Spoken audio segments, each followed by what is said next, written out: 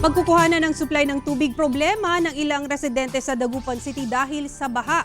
Mabahong amoy na mula sa hindi humuhupang baha, perwisyo na rin sa mga residente.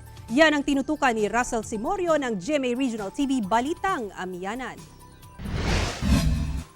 Problema ng ilang residente sa Sitio Fisheries ng Barangay Maluwod sa Dagupan City ang mapagkukuhanan ng inuming tubig. Nalubog sa baha ang kanilang mga poso. Iniinda rin ang mabahong amoy ng di humuhupang baha. Mabaho yung tubig. Kahirap.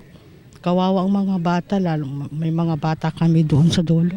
Ilang linggo nang ganito ang sitwasyon ng mga residente dito sa Sitio Fisheries Barangay Maluwod, Dagupan City. Lagpas bewang pa rin ang lalim ng baha kaya pahirapan pa rin ang pamumuhay dito. Yung mga ibang residente gumagamit pa rin dito ng balsa para makatawid.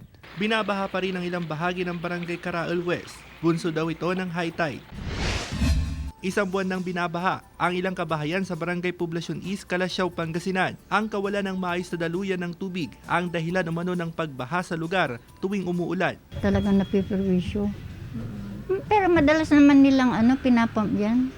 Nagsishare-share kami, may magbibigay ng merienda, ganun. Ayon sa barangay, pansamantala muna silang nagsasagawa ng lingguhang water pumping upang mabawasan ng baha. Pinoproseso pa ng barangay ang kanilang pondo para sa pagsasaayos ng mga kanal sa lugar. Pero yung tubig naman ng basketball court kasi stagnant nga, ipa-water pump na lang niya. Dapat din kasi kahit linggo-linggo ipa-water pump mo para hindi bumao yung tubig. Ako si Russell Simorio para sa GMA Regional TV.